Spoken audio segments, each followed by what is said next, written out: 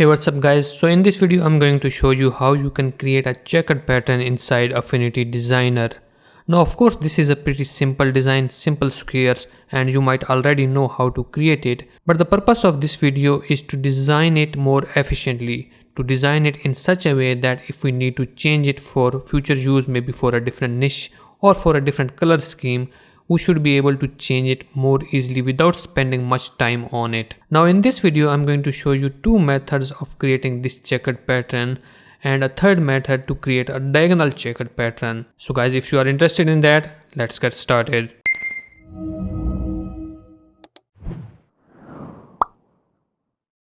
So here inside Affinity Designer I'm just going to create a new document and I'm going to choose a simple square format. Now currently the units are in points and I usually work in points, but just for the simplicity I'm going to choose inches this time, and I'm going to create a 12 by 12 inches document.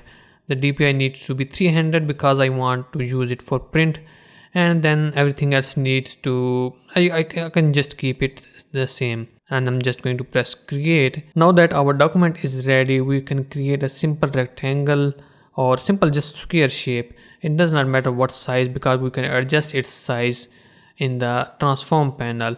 So here in the transform panel I want to choose a square size for this one. So remember we created the document to be 12 by 12 inches. So I want my square to be a simple design which is kind of like a divisor or a divider of the 12. So I can use 4, I can use 6 because 4 and 6 are divisors or dividers of 12, and similarly 2 is also a divider of 12, so I can use those. And also you can use 3, but I would say that try to use those numbers which are even. So always try to avoid the odd numbers because it will help you calculate all these things more easily. So I'm just going to use, let's say, 4 by 4 inches. It's pretty big, so I can use a 2 by 2 inches. So 2 by 2 inches square is fine. That's a normal reasonable size square, and then I'm just going to align it at the center. By the way, this is the first method, and the purpose of these two methods is to just show you different possibilities, and you can use whichever method suits your requirement and suits your style. Just make it maybe 2-point strokes. I think that would be fine. We just need to see the outlines. We do not need a thicker stroke here. So yeah, 2-point stroke is fine. Then I'm going to create a copy of this square by pressing Ctrl J, after selecting the initial one, and I'm going to change this size to be half of the original one. So currently you can see that it is 2 by 2 inches. So half of 2 by 2 will be 1 by 1 inches. So I'm going to convert it into a half size here, and then I'm going to fill it with any color. Let's say just keep it maybe slightly darker like that, and maybe another color would be maybe slightly reddish. So I'm just going to have created a copy of this one by pressing Ctrl J, and then I'm going to move it in this location like that. And by the way, if it does not snap, as you can see that it's currently not snapping, it means that your snapping options are not checked. So make sure that this snapping is checked and have these snappings also different checks lists. So make sure that these are checked. Now if we just create place it here, it snaps, and as you can see this green and red lines means that it is in the perfect location. Now I'm going to change its color to maybe slightly different one, maybe a reddish one, let's say like that. And then I'm going to create a copy of this one and place it below this black bar, actually black square here. So we have now 3 squares, and the place for the 4th square is empty. So we can either keep it empty if we want to keep it white, but I would like to create a square here as well, just to so that I can easily change its color. So I'm just going to change its color to be maybe white. Let's just keep it white for now. Now we have 2 red squares, 1 gray square, and this one, the bigger one down here, is just an outline, so we do not really need it. So I'm just going to hide it for now, and select these 4 ones that I've created, and simply press Ctrl G to group them. Now that we have a basic shape of our checkered pattern, we can just fill the rest of the document with it. So before I fill the rest of the document with this basic shape, I want to convert it into symbols so that I can easily change the colors later on. Now if your symbols panel is not available here in the layers panel and all that, you can go to the window, actually you can go to the view studio and make sure that this symbols here is checked like that. Now after selecting that group, I'm going to press create in the symbols panel, and it has just created a symbol, and then we can just simply close it. We do not need it anymore. Now I'm just going to place this one at this location, at this corner here, and as soon as it snaps, I'm just going to leave it. Then I'm going to press Ctrl J to copy it, and then press the shift key and drag it horizontally to place it in this location. Now without deselecting anything, I'm just going to press Ctrl J a couple of times to fill the first row here like that. It has just filled it. Then I'm going to select all of these elements and then press Ctrl J to copy them and then move them down like that. Now you can see that it does not snap, and maybe because some of the snapping options are not checked. So just to save time, let me undo it. So I have copied this one, so I want to move it down, as we already know that our basic shape, square shape, was 2 inches. So in the y-axis I can just simply put 2 here and press enter. It will just place it in the perfect location. Now without deselecting this whole thing, I can just simply press Ctrl J to copy it, and it will just fill the rest of the document like that. Now you can see that we have created this beautiful checkered pattern, and now if you do not like the colors, you want to change the colors, you can easily change it. But before I do that, I need to make my layers panel clean. So I'm going to select the top symbol and select the second one from the bottom one, leave the last one, and then simply press G to group them, just to make it simple. Now in the layers panel, I can select any symbol, any actually square shape, and I can easily change its color. I can make it darker like that. I can select these two red ones, and I can just simply change their color to be whatever I want like that. So it totally depends upon you how you can what kind of theme you want. So I have this red one like that, it looks better. Maybe I want to change this gray one to be slightly grayish like that, or maybe darker, this blackish. This looks fine. I can also change this one. So you can see that we do not have to change all of the squares and all of these shapes. We just have to change some or few of these, and we can easily just simply create our design for our theme. Now another thing that you can do if you do not want to change the individual colors, and this is the method that I'm going to show you, is something that I would not prefer, and that method is just simply applying an adjustment layer, going down in the layers panel and applying a hue saturation layer. But before you apply that, make sure that none of these objects are selected in the layers panel. So I'm going to apply this hue saturation layer, and I can just change the slider of this hue, and I can get a different color scheme. Now the problem with this one is that you can see that although you are getting the colors changed, but that color change is not affecting this black area or slightly whitish area. You can decrease the saturation and all that. So this is one of the methods that you can use if you want, but I as you can see that would not prefer that. I would like to have more control over it, and that's why I created these symbols. So this was the first method. Let me show you another method of creating this checkered pattern. For this second method, I have just created a new document, the same size 12 by 12 inches, and I'm just going to create a rectangle shape like that. So this is a simple rectangle shape, and I'm going to convert its size to be the size of my document. So that's 12 width and 12 inches to be a height.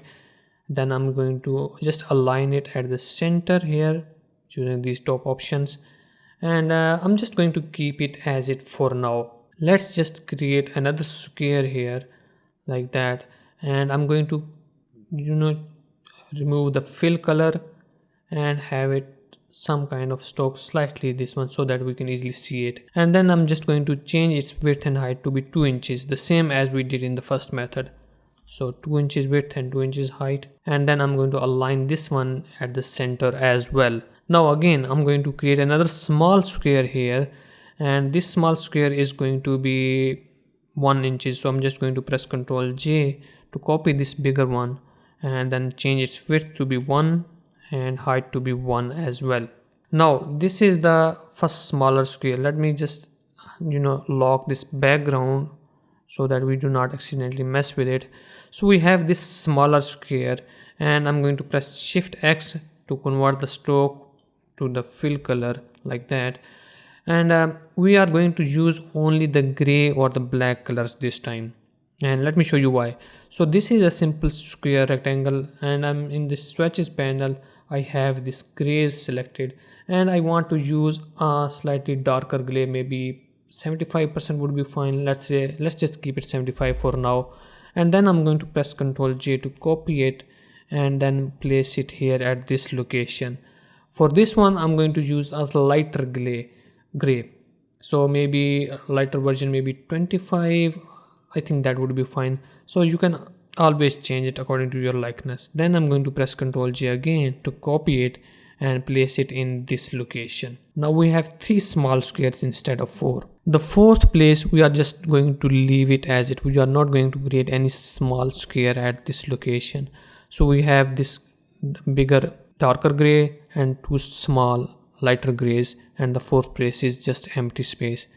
Then I'm going to just select this bigger one, outline one, and just going to hide it because we do not need it anymore. Then I'm going to select all of these 3 squares that we created and change their blend mode from normal to multiply, and just double check it, select each one and see that if their blend mode is changed or not. So now that we have these 3 squares and their blend mode changed to the multiply, we can simply press G to group them, and then make sure that the blend mode of the group is passed through. It's not normal, it's passed through. And then I'm going to open this symbols panel again, and after selecting that group, I'm going to press this button create to create a symbol so that we can easily change the colors later on. Then I'm going to just simply place this one at this location, and the rest of the process is same. I'm going to press Ctrl J to copy it and place it here, and make sure that in the x-axis it has moved 2 inches as we had the basic shape, the size of the basic shape. Then without deselecting, I'm going to press Ctrl J a couple of times to fill this one, and then select all of this one, press Ctrl J to copy it, and then move them down. As you can see, we are still not snapping, and we need to maybe check some options here, but let's just keep it simple and just put 2 inches in the y-axis here and press enter. Then I'm going to press Ctrl J a couple of times to fill rest of the document like that. Now we need to clean up the layers panel. I'm going to select the top symbol, scroll down and select the second one from the last one, leave the last one as it, and press Ctrl G to group them. Now here is the magic. Remember this, the basic shape that actually the background shape, let me just name it as background. So we have this background separate one, and then these symbols in the multiply mode on top of it. So if we change the background color, let's say I want to change it to be red, you can see that we get this beautiful monochromatic design, monochromatic checkered pattern like that. And this second method is suitable when you want to create monochromatic patterns like that. The first method is suitable when you want to create multiple colors pattern, 3 colors or so. But this method is more suitable and easy to use when you want to create this kind of pattern. Now if you are not liking this kind of dark areas, you want them to be more darker, all you have to do is to go into the symbol, select the darker one, and maybe select a maybe darker version of this one, maybe make it 85%, and select these 2 smaller ones, this one, the gray ones, lighter gray ones, and change their fill and maybe make them lighter or darker according to your likeness. Let me just make it maybe 40%, or maybe 50% would also be fine. So in this way, all you have to do is change the color of the background, and your whole monochromatic pattern will change itself.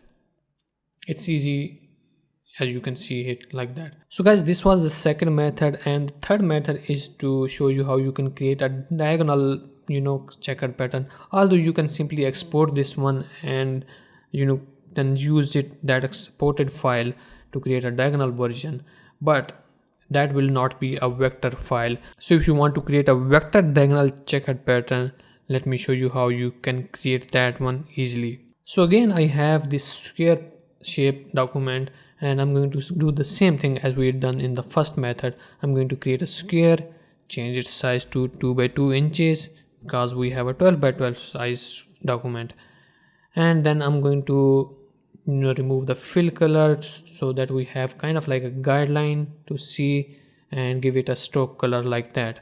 Then I'm going to select this square, press Ctrl J to copy it and change its size to be half like that. Now we have this smaller square. I'm going to press Shift X to fill it with you can say that a black color, and then I'm going to maybe press Ctrl J to copy it. Actually, I have to deselect it first, so I'm going to select it again and press Ctrl J to copy it and place it in this location. Change its color to something like that here, and then press Ctrl J again to copy it and place it here like that. Then we need to fill this location as well, so I'm going to press Ctrl J to copy it and place it here, and maybe change its color to something maybe white, or let's just keep it like that, this one slightly yellowish pale color, and maybe change this one to be more suitable like that. Alright, now that we have these 4 places filled with small squares, all I have to do is to select all of these 4 smaller ones, press Ctrl G to group them, and then I'm going to convert this group into symbols. So I'm going to select this group, press create to create a symbol, and then I'm going to just rotate it diagonally pressing the shift key. Just simply rotate it diagonally to 45 degrees, as you can see here in the transform panel. And then all I have to do is to just scale it down, and as soon as it snaps to this bigger square this side, I'm going to leave it. Same thing I'm going to do with this side, and as soon as it snaps, I'm just going to simply leave it. Then I'm going to select this group, press Ctrl J to copy it, and then move it in this location, and as soon as it snaps, as you can see here, I'm just going to leave it. Then I'm going to press Ctrl J again and place this one on at this location, and as soon as it snaps, simply leave it. Then select these 2 top ones, press Ctrl J to copy them, and then move them down like that. Now we have these 5 copies of this one. I'm going to select all of these and make them a child of that basic square shape that we created, this one. Then all I have to do is to simply select that rectangle shape, the basic one, and make sure that it does not have any stroke. So remove the stroke width, or simply remove the stroke color as you want.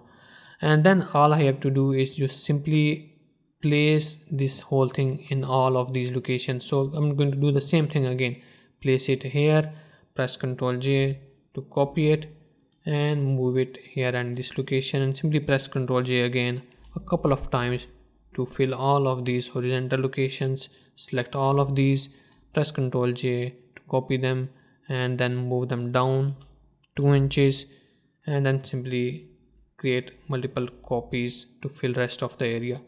Now simply we need to clean up the layers panel, select all of the layers except the bottom one, and press Ctrl G to group them and go into this bottom one, and then you can simply go into any of these symbols, it does not matter which one, and you can simply change its color. So I can just simply maybe change this blue color to maybe say a red color like that, make it pinkish, purple, whatever I want. So in this way you can get this vector style design of this pattern, and you do not have to worry about this you can say the blurriness that you can get if you use that exported bitmap fill type of method. So guys, that is how you can easily create these checkered patterns inside Affinity Designer.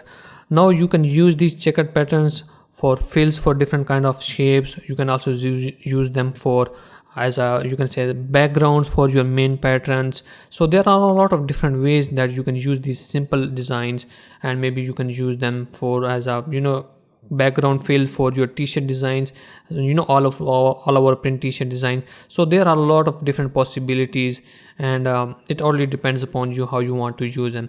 So guys, if you have found this video and this method to be useful, make sure that you like the video and let me know in the comments below what do you think about it. It will help me with the YouTube algorithm, and these all things that you already know, the subscribe, the button, the bell button, everything. So hopefully guys, I'll see you in the next video, and thank you for watching.